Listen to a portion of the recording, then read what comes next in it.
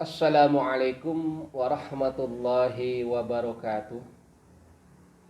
Alhamdulillahilladzi ja'ala syahru ramadhana akramus syuhur, futihat fihi abwabul jannah wa ghuliqat abwabun nar. Syahru awwaluhu rahmatun wa awsatuhu maghfiratun wa akhiruhu itqun minan nar. Hadirin dan para pemirsa yang dirahmati Allah di bulan yang penuh rahmat ini. Setelah kita membahas tentang lafaz kutiba alaikum dalam pertemuan lalu, maka sekarang kita melanjutkan kajian kita surat Al-Baqarah ayat 183 ini dengan tema kajian tentang kalimat as-siyam dari Al-Quran surat Al-Baqarah 183 ini. Ditilip dari sudut semantik, lafaz as-siyam yang dipakai Al-Quran untuk puasa asalnya mengandung arti menahan diri, al-imsak, dari kata kerja soma yasumu sauman. Namun dalam konteks syariat Islam, puasa as-siyam yang dimaksud ialah menahan diri dari makan minum dan kegiatan seksual hubungan suami istri sejak terbit fajar hingga terbenam matahari, dengan niat ibadah kepada Allah tentunya. Tapi persoalannya, apakah hanya sebatas itu kita memaknai puasa? Pertanyaan inilah sesungguhnya yang sangat menarik untuk dikupas dalam kultum kita kali ini. Karena kata as-siyam memiliki kandungan makna batinia yang penting dalam memaknai kualitas puasa kita. Dalam kitab tafsir Al-Qurtubi dijelaskan begini, wa yuqalu lahu lis-sumti shaumun li'annahu al-imsak wa tarku tanaqqul min hal ila hal imsakun anil kalam. Qala Allah Ta'ala mukhbiran an Maryam, inni nazartu lirrahmani shauman ay sukutan anil kalam. Dan seterusnya kalau kita kupas dari kitab tafsir Al-Qurtubi ini. Maksudnya begini, Imam Qurtubi memulai penjelasannya tentang puasa ini dengan mengatakan lisumti saumun. Artinya diam itu adalah puasa. Atau mungkin dibalik, jadi puasa itu adalah diam. Kata saum, huruf shad, waw dan mim di sini berarti memiliki akar kata sum, shad dan mim tanpa huruf waw. Artinya diam atau bisu. Dalam pengertian luas mungkin bisa berarti bisu, tuli, buta. Maksudnya adalah orang yang berpuasa itu kondisi spiritualnya, kondisi yang dia lakukan ketika dia berpuasa harus betul-betul membisukan mulutnya dari perkataan atau hal-hal yang jelek yang keluar dari mulut. Sum di sini juga bisa berarti dimaknai lebih luas, berarti membutakan mata kita dari memandang sesuatu yang jelek. Atau mungkin bisa berarti juga mentulikan, sum dimaknai lebih luas menjadi mentulikan telinga kita dari mendengar hal-hal yang tidak baik. Itu adalah puasa dengan makna sum. Maka kata saum yang berhubungan dengan akar kata sum ini disamakan maknanya kemudian dengan imsak yang artinya adalah menahan. Jika suatu benda dalam posisi diam tertahan, tidak berpindah dari satu tempat ke tempat lainnya atau dari satu keadaan ke keadaan lainnya, maka dinamakan imsak. Imam Qurtubi selanjutnya melanjutkan begini, menyebut bahwa saum yang dimaksud adalah tidak berbicara karena ia telah menahan diri untuk tidak berbicara. Hal ini sebagaimana di dalam Al-Quran diceritakan tentang ucapan Maryam, inni nazartu lirrahmani sauman. Sesungguhnya aku telah bernazar berpuasa untuk Tuhan yang Maha Rahman. Ini surat Maryam ayat 26. Yakni maksudnya Maryam berpuasa untuk diam dan tidak berbicara kepada siapapun. Jadi puasa itu berarti sukutan anil kalam. Jadi artinya diam dari berkata. Itu yang dilakukan oleh Maryam. Kemudian kata saum juga bermakna diamnya angin. Yakni karena angin sedang menahan diri dari hembusan kencangnya. Jadi kalau angin biasanya berhembus, tapi kemudian tiba-tiba berubah menjadi tenang, adem, nyaman, anteng. Nah, itu berarti angin sedang berpuasa. Itulah saum. Kemudian kata saum juga digunakan pada hewan yang sedang diam karena dia terikat oleh tali yang mengekangnya. Itu berarti saum hewan itu. Juga selanjutnya kata saum, ini menarik ya.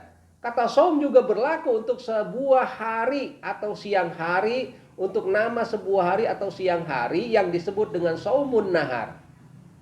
Yang artinya cuaca pada hari itu sedang tenang, sejuk, tidak terlalu terik dan juga tidak terlalu dingin lah gitu. Jadi sedang-sedang saja dan nyaman dirasakan. Itu namanya saumun nahar.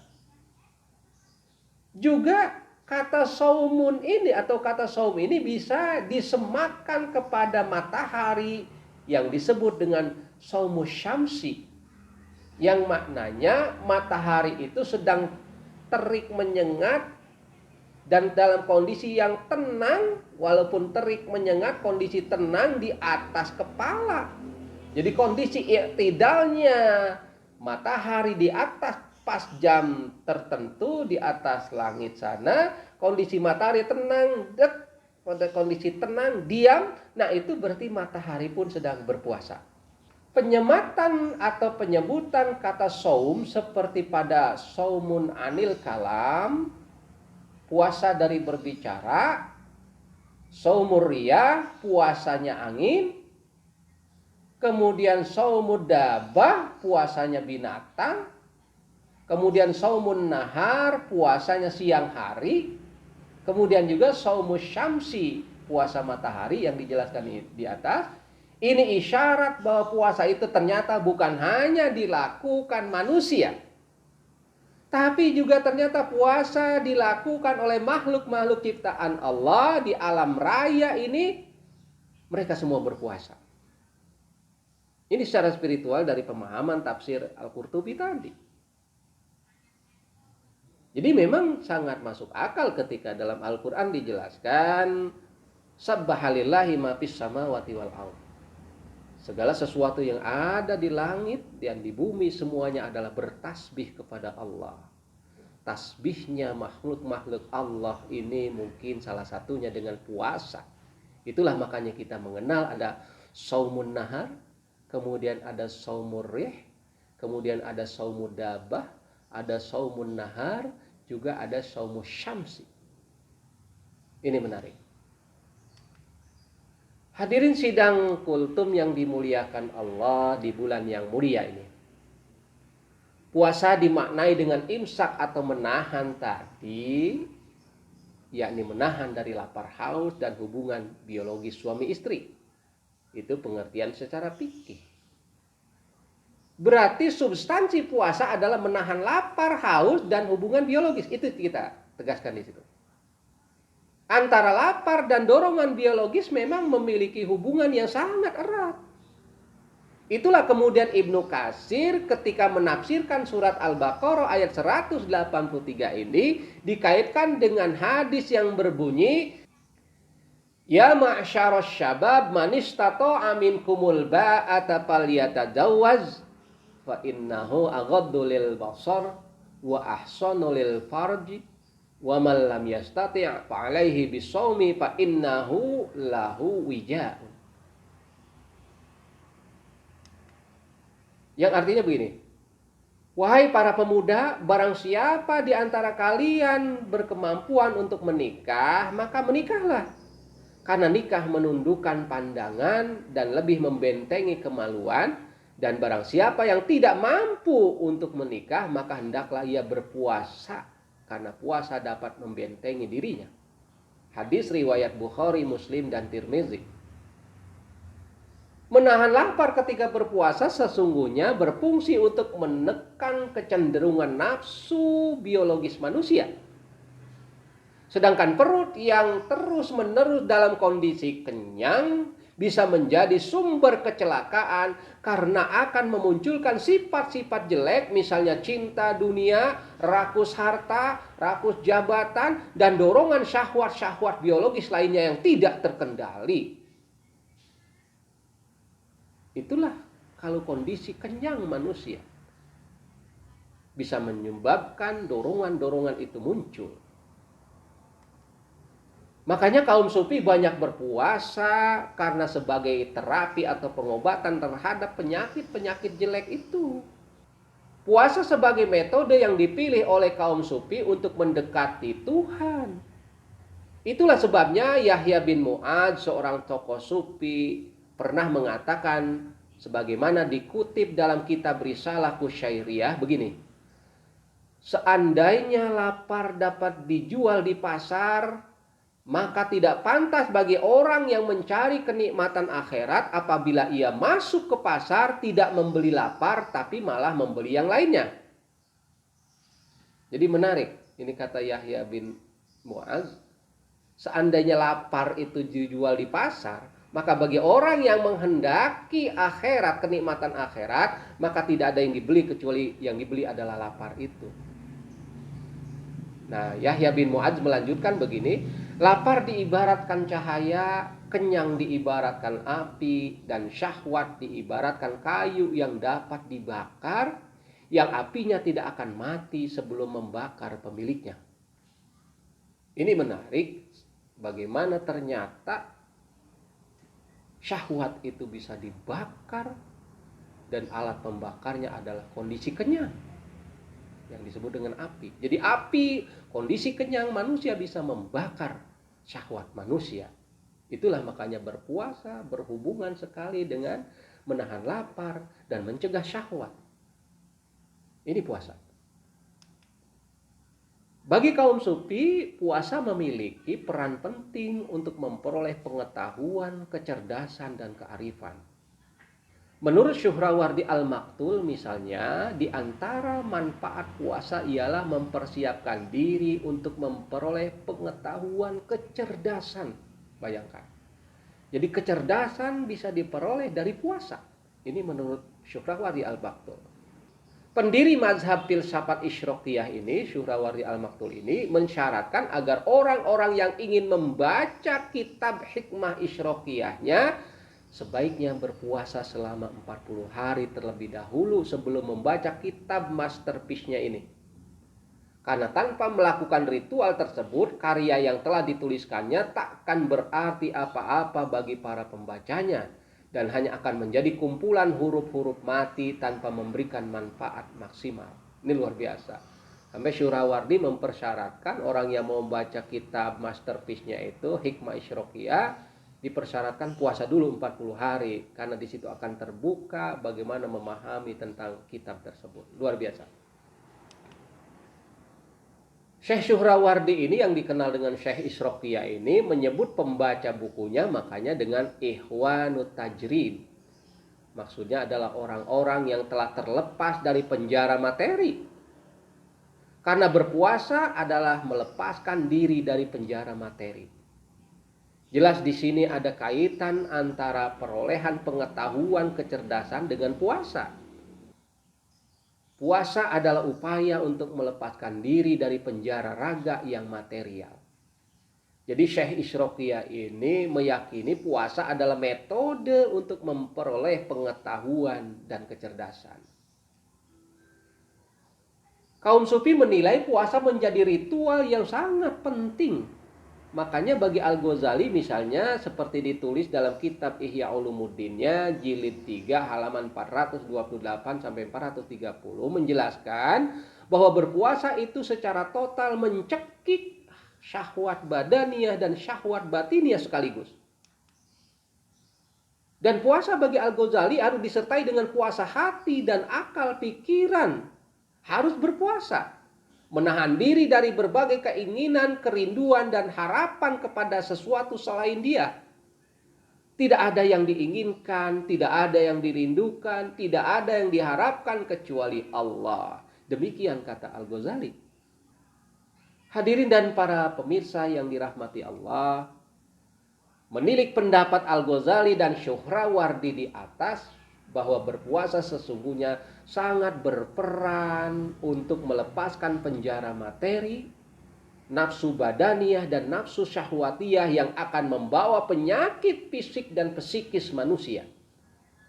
Puasa menjadi metode yang ampuh dalam mengobati penyakit-penyakit itu. Nah, disinilah kalau boleh saya mengibaratkan bahwa puasa berfungsi sebagai pil antibiotik bagi jasmani dan rohani manusia. Garis bawahi, puasa adalah pil antibiotik bagi jasmani dan rohani manusia. Bagaimana penjelasan? Ini menarik.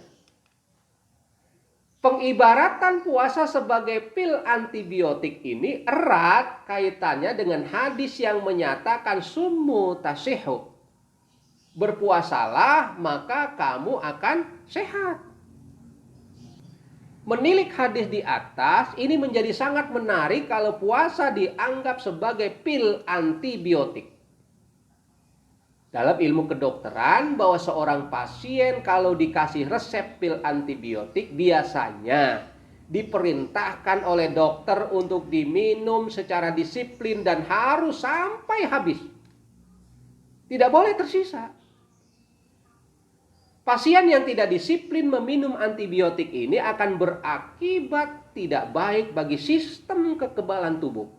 Jadi kalau tidak disiplin dan tidak menghabiskan pil antibiotik ini berbahaya bagi sistem kekebalan tubuh. Karena fungsi antibiotik ini untuk mencegah berkembangnya penyakit-penyakit lainnya. Ketika pil antibiotik yang diberikan oleh dokter sebanyak hitungan sekian hari, maka itu harus diminum sesuai hitungan hari itu sampai habis. Jadi tidak boleh tersisa. Nah, begitu juga puasa. Ini menarik ketika dikaitkan dengan pil antibiotik. Begitu juga puasa ketika Allah memberikan resep pil antibiotik berupa puasa 1 bulan, maka ketaatan melaksanakan puasa 1 bulan adalah sebuah keharusan yang tidak bisa ditolak. Ketika kita tidak disiplin meminum pil antibiotik puasa, resep racikan dari Tuhan itu dalam hitungan total 1 bulan, maka akan berakibat tidak baik dan bahkan bisa menimbulkan penyakit-penyakit lainnya pada ruhani kita. Keharusan berpuasa Ramadan 1 bulan penuh adalah resep antibiotik sempurna dari Allah. Tidak bisa dikurang-kurangi setengahnya atau seperempatnya. Kekurangan puasa yang ditinggalkan makanya harus diganti dengan hari-hari lainnya setelah Ramadan. Jadi mengikuti logika tadi pil antibiotik. Jadi kalau orang tidak berpuasa maka harus diganti dengan hari-hari selanjutnya. Makanya ketika ada halangan beberapa hari tidak berpuasa atau tidak minum antibiotik, mungkin dibahasakan begitu, maka harus diganti di hari-hari lainnya. Itulah makanya ditegaskan dalam Al-Quran surat Al-Baqarah ayat 184, ayyamam ma'dudat. Faman kana minkum maridun aw ala safarin fa'iddatum min ayyamin ukhar. Artinya, yaitu beberapa hari tertentu, maka barang siapa di antara kamu sakit atau dalam perjalanan lalu tidak berpuasa, maka wajib mengganti sebanyak hari yang dia tinggalkan pada hari-hari yang lainnya nanti.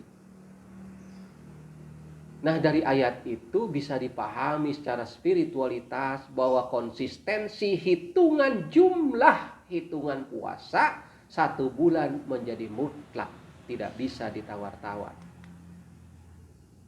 Jika dianalogikan secara sederhana, bahwa antibiotik itu lengkap harus diminum, karena puasa Ramadan adalah antibiotik atau bahkan seolah menjadi suplemen lengkap yang sudah diracik oleh Allah, yang tidak bisa ditinggalkan atau dikurangi. Ketika antibiotik lengkap itu tidak diminum secara disiplin, makanya bisa berakibat munculnya penyakit-penyakit ruhani lainnya, berupa penyakit ketidakpatuhan terhadap perintah-perintah Allah lainnya, penyakit kemalasan, penyakit menganggap remeh kewajiban, dan penyakit-penyakit batin lainnya. Ini sesuai dengan logika antibiotik yang berbahaya kalau tidak diminum secara disiplin dan sampai habis diminum, bahkan bisa memunculkan penyakit-penyakit lainnya. Itu kan logika antibiotik. Nah, kalau saya ibaratkan lebih tegasnya begini, ya. Saya ibaratkan begini. Ketika ulat kepompong berpuasa dalam kantong sarang kepompong, kalau kita logikakan gitu,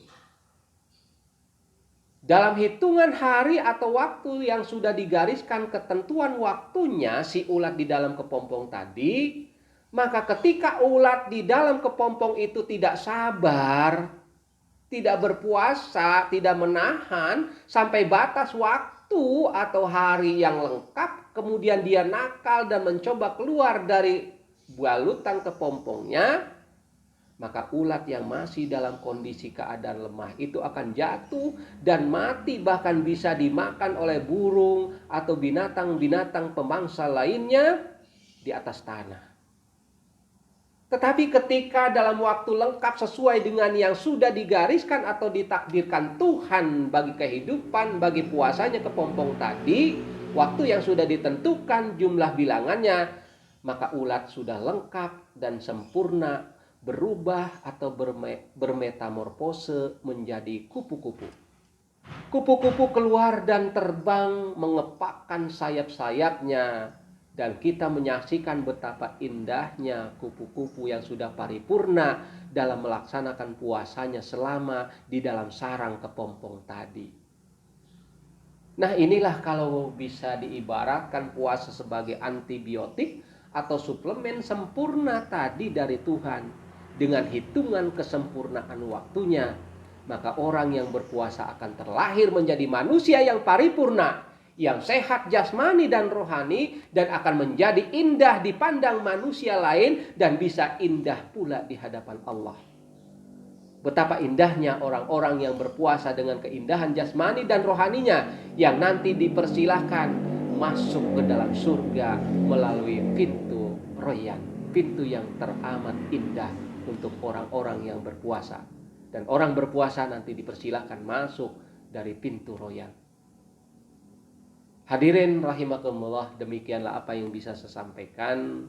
Mudah-mudahan pemaknaan kita dari kata as-siyam ini menjadi sangat jelas dan bisa kita pahami, dan bahkan bisa menambah kualitas kehusyuan kita dalam berpuasa. Mudah-mudahan apa yang saya sampaikan bisa bermanfaat. Barakallahu li wa lakum, wallahu a'lam bishawab. Wassalamualaikum warahmatullahi wabarakatuh.